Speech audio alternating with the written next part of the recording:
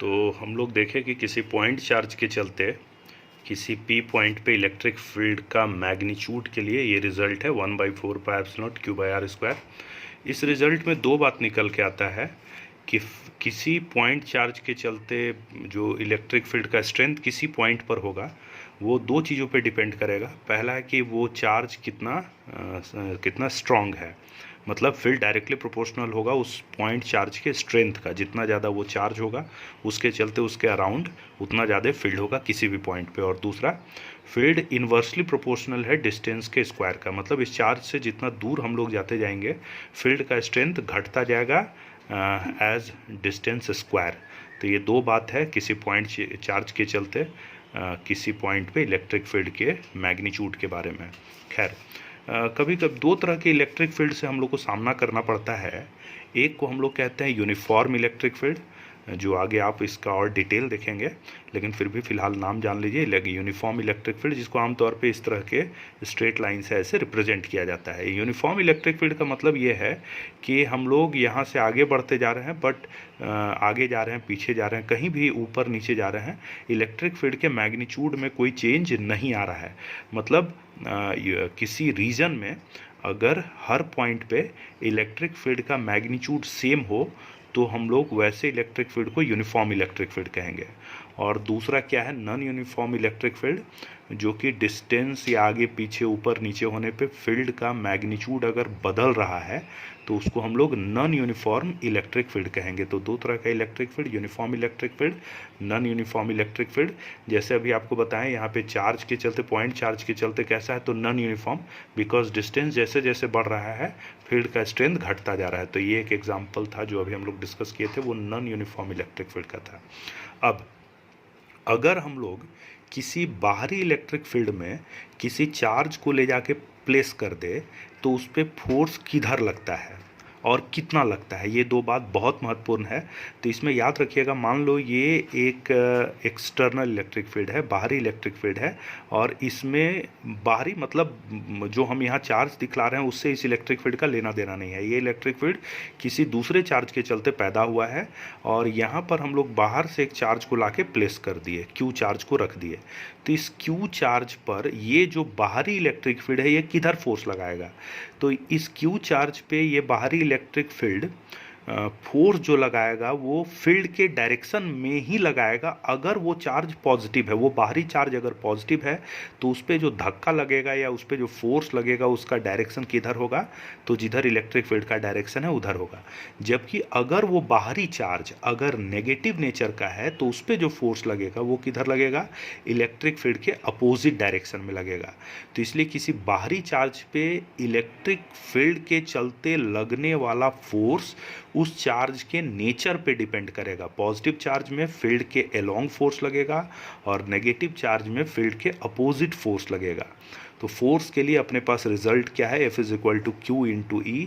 अगर ये Q positive है तो फील्ड के डायरेक्शन, मतलब फोर्स का डायरेक्शन जो होगा वो फील्ड के डायरेक्शन में होगा। अगर ये Q नेगेटिव है तो फोर्स का डायरेक्शन फील्ड के डायरेक्शन के अपोजिट होगा। छोटा सा और बात, अगर हम लोग बोले कि फील्ड का यूनिट क्या होता है, तो फील्ड क्या था, force per unit charge. Force के लिए न्यूटन, चार्ज के लिए कूलम, तो न्यूटन पर कूलम ये हो गया इलेक्ट्रिक फील्ड का यूनिट। डायमेंशन भी इसी तरह से, न्यूटन के लिए, फोर्स के लिए mLt-2 और कूलम के लिए AT सरिया के लिखेंगे, तो ये इलेक्ट्रिक फील्ड का डायमेंशन है। कुछ और बात हम लोग करते हैं।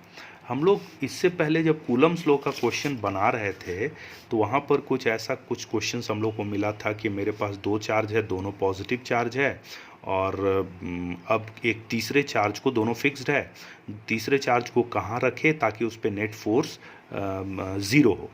तो उसी तरह के क्वेश्चंस को हम लोग यहाँ पे फील्ड के नज़रिए से बनाएंगे।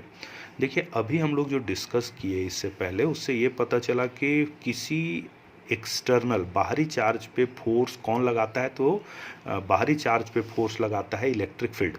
मतलब अगर कोई एक ऐसा पॉइंट हो जहाँ पे कोई इलेक्ट्रिक फील्ड हो ही नहीं तो वहाँ पर कोई भी बाहरी चार्ज ले आके रखेंगे तो उस पर कोई फोर्स नहीं लगेगा। तो फोर्स लगाने के लिए जो चीज़ जिम्मेवार है वो कौन है, फील्ड। और फील्ड अगर एब्सेंस है तो उस स्थिति में कोई बाहरी चार्ज पे फोर्स लगेगा ही नहीं। तो हम लोग उस तरह के क्वेश्चन को, जैसे यहाँ पर मान लो ये 16 माइक्रोकूलम का चार्ज है, यहाँ पे 9 माइक्रोकूलम का चार्ज है, जब पहले बना रहे थे तो कुछ ऐसे बोलते थे कि मान लो एक तीसरा चार्ज पॉजिटिव है, एक तीसरा चार्ज पॉजिटिव है, तो ये इसको इधर धक्का मारेगा, ये इसको इधर धक्का मारेगा। तो उस स्थिति में अगर इस पर क्या हो जाएगा, हम लोग का एक ऐसा पॉइंट खोजे जहाँ पे नेट फोर्स 0 हो, तो रिजल्टेंट 0 हो जाएगा।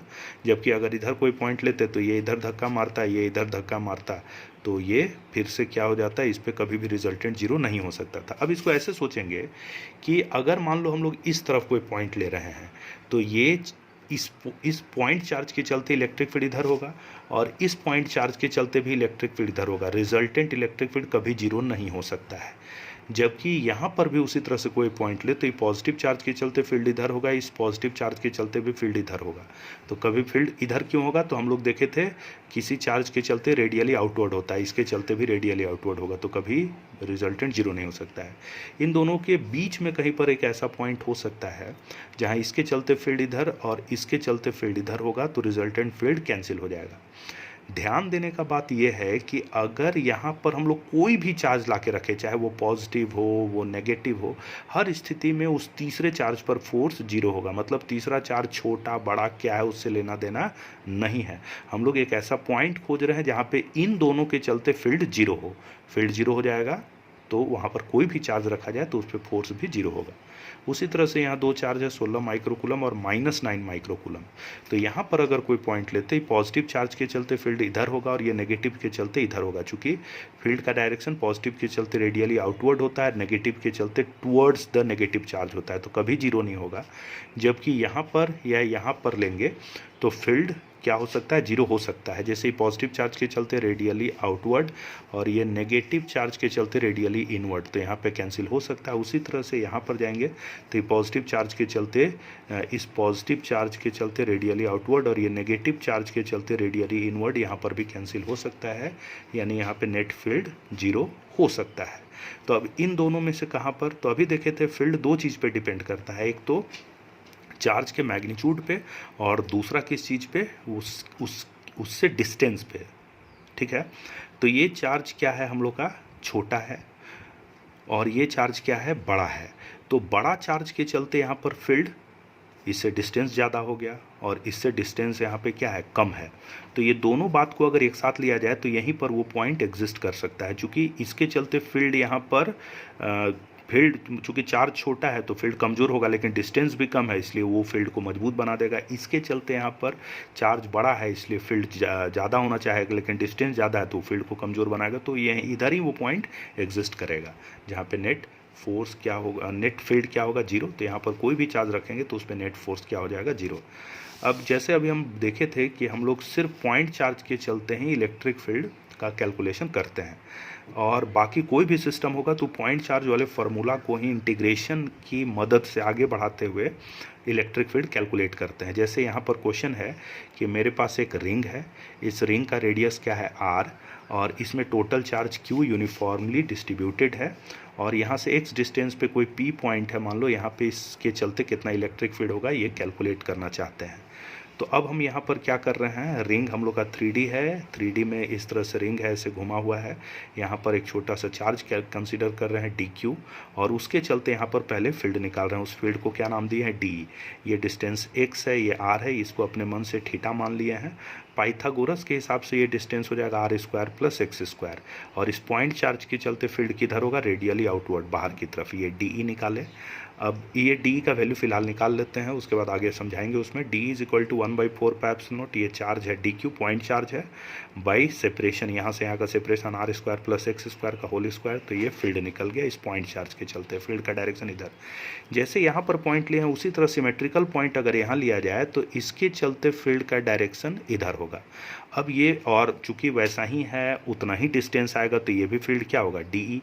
अब इस फील्ड का भी दो कंपोनेंट, और ये एंगल उसी तरह से थीटा आएगा, तो डी का इस तरफ फिर से साइन थीटा हो जाएगा, डी का इस तरफ कॉस थीटा हो जाएगा। तो साइन थीटा वाला कंपोनेंट्स कैंसिल होगा, यानी हम लोग को जो भी फील्ड कैलकुलेशन होगा उसमें सिर्फ इस डी का कौन सा कंपोनेंट लेना है, कॉस थीटा, चूँकि साइन थीटा वाला कंपोनेंट कैंसिल होने जा रहा है।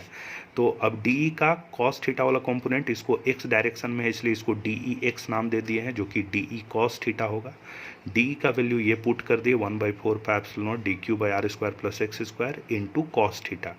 कॉस थीटा ट्राइंगल से निकालेंगे तो B by H cos theta की जगह x by R square plus x square, तो डी ई एक्स इसको सरिया के लिख दिए। यहाँ पर ध्यान देना है, यहाँ एक्स वेरिएबल नहीं है, यहाँ पर वेरिएबल क्या है, सिर्फ डी क्यू वेरिएबल है। अब दोनों तरफ इंटीग्रेट किए, इधर भी इंटीग्रेट इधर भी इंटीग्रेट, तो ये सारा चीज़ डी क्यू को छोड़ के बाकी सारा चीज़ बाहर आ गया इंटीग्रेशन के। तो डी ई एक्स यहाँ पर क्या बचा, डी क्यू को इंटीग्रेट करेंगे क्या हो जाएगा, क्यू। तो ये हो गया इलेक्ट्रिक फील्ड इस रिंग के चलते इस पॉइंट पे। तो हम लोग के पास सिर्फ पॉइंट चार्ज के चलते फील्ड कैलकुलेशन का फार्मूला है, ये दिमाग में रखना है।